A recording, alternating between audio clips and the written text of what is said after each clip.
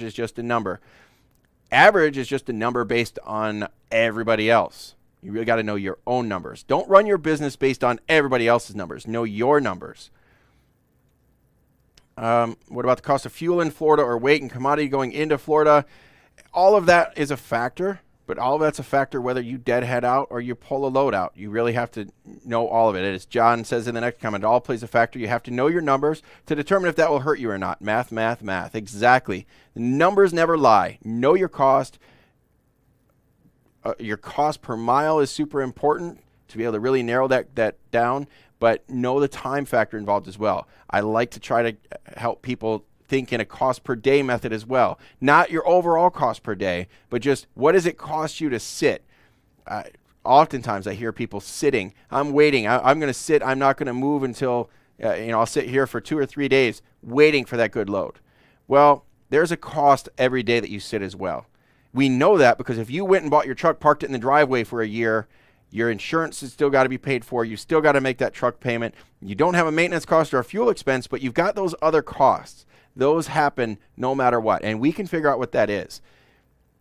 So make sure you understand that there is a cost to sit.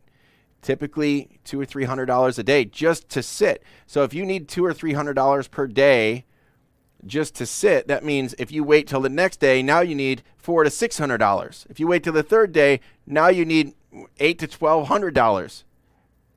And you're still sitting and waiting. So you have to understand what that cost is.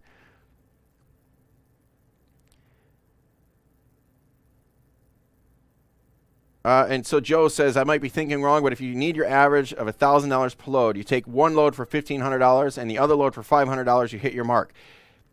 Exactly. The average is going to be, assuming the miles and so forth are the same. Exactly. You have to be careful, on the other hand, though, that you don't take a $500 load that goes twice as far.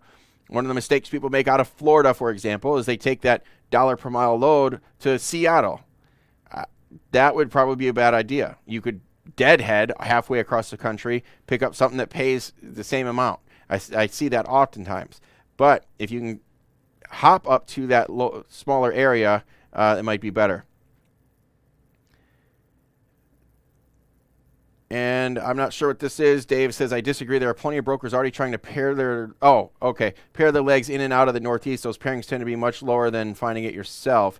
So what he's saying is if you paired two loads together in and out. And that may be, but what I have found is that I could sell a load. As a broker, I could sell a $2 a mile, or let's say a $3 a mile load in with $1 a mile load out. I could sell it as a $2 a mile round trip easier than I could sell $3 a mile and a $1 a mile. But if I paired them together, I could do better. And granted, I understand there might be $4 a mile load in and $1 out. I get that. But if you could pair them together, I promise you, as a broker, I could sell that and I could book a truck on that round trip easier than I could trying to move that $1 a mile out. Same in our world. It happens a lot here, and they are usually lower. If we work to put two loads together, we can usually do better pay. And yeah, so pairing off of what Dave said, John says if they did it themselves, you may be able to. But again, I think if a broker was smart, they'd be putting this together so that they could do it. Unfortunately, and I didn't even touch on this, there's another concept that comes into play here, talking about posted rates and so forth. Man, I always say I'm not going overtime. I'm looking at the clock 23 minutes after the hour, but let's keep going here. Why not? People like to look at posted rates, and they do that because it's another psychological trick. They set an anchor with that. It's the same thing. They do it because it's easy. Unfortunately, our competition likes it easy, guys. So what that means is that $1 a mile freight, if a broker pairs that with a $3 a mile load, they're going to take that, drive that rates down possibly for the rest of us.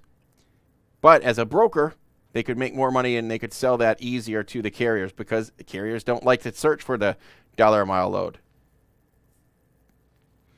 How is it that reefer loads average over $3 a mile nationwide 6 months ago and now down to $2.50 a mile? The customers are willing to pay that and the brokers are willing to pay that, but it's the companies that are willing to haul cheap freight that is lowering the rate per mile. Talked about this a minute. First of all, reefers did not average over $3 a mile 6 months ago. 6 months ago, I've got the rates right here. Let's see here. 6 months ago, we were looking at reefer was $2.40 per mile, $2.40 per mile on average, and we're currently at $2.50. So 6 months ago, it was actually less. All the way back in January is when it peaked. If you're thinking way back, it was $2.64. June and July, it was $2.70. Hasn't dropped that much. It's only dropped a few cents. Now, Kyle, your numbers, you may have been able to average over $3 a mile nationwide 6 months ago. Now you're down closer to the average. Reason being, when you were getting at $3 a mile, the brokers are willing to pay, but the companies are willing to haul cheap freight that's lowering the RPM. Well, as we discussed a little while ago, if there are 100 loads to move and only 50 trucks to move them, if 49 of those trucks are willing to move it cheap, that 50th truck has 51 loads to pick from. It's up to him.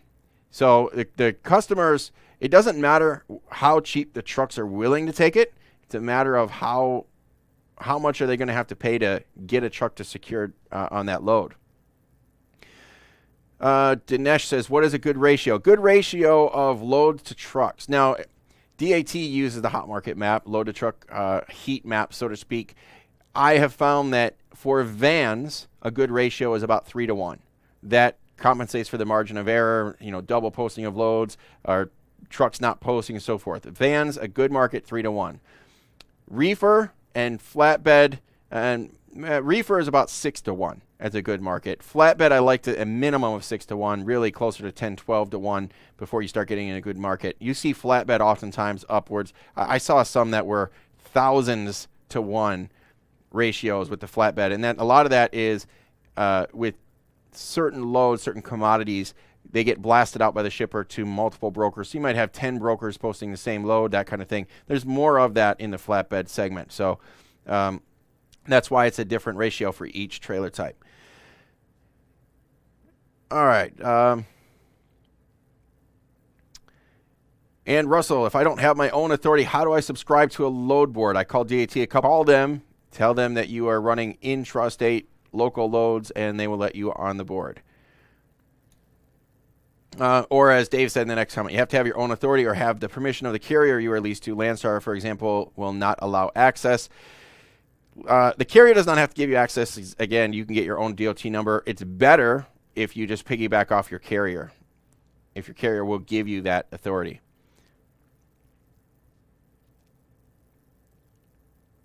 And so there's some back and forth there.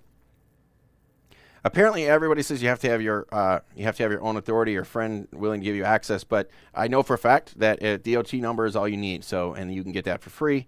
And I know several people that work intrastate.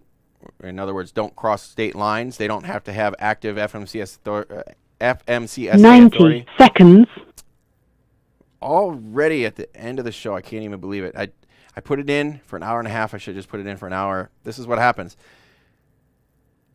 And Bill, the last comment from Kyle says, Bill, I understand that, but the ELD boom just showed there is money to be made and that companies are willing to pay for their freight.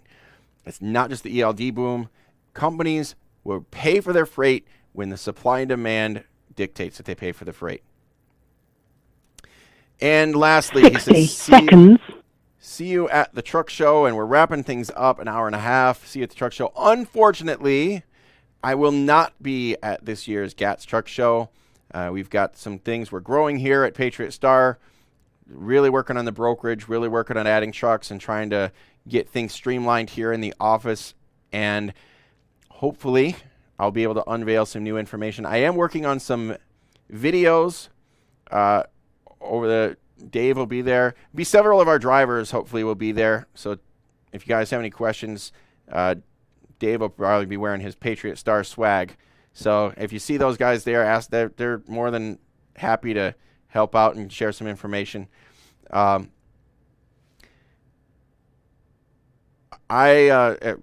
minute announcement here. I will be putting some information out. We are working on putting together the next drive seminar. We're also working on some video series and some other trainings and some other things. That's one of the reasons we haven't been in the past few weeks. We're working on some other projects. We will be bringing that out here real soon. So I need to lease onto you. We'd love to have you. We do have openings. Anybody that wants to come on to Patriot Star. Again, you can find us on Facebook, and that's the best way to contact us. Or I don't want to turn this into an advertisement for the company. So that being said, everybody, we went way over time. Like I said, I wouldn't, like I do every week.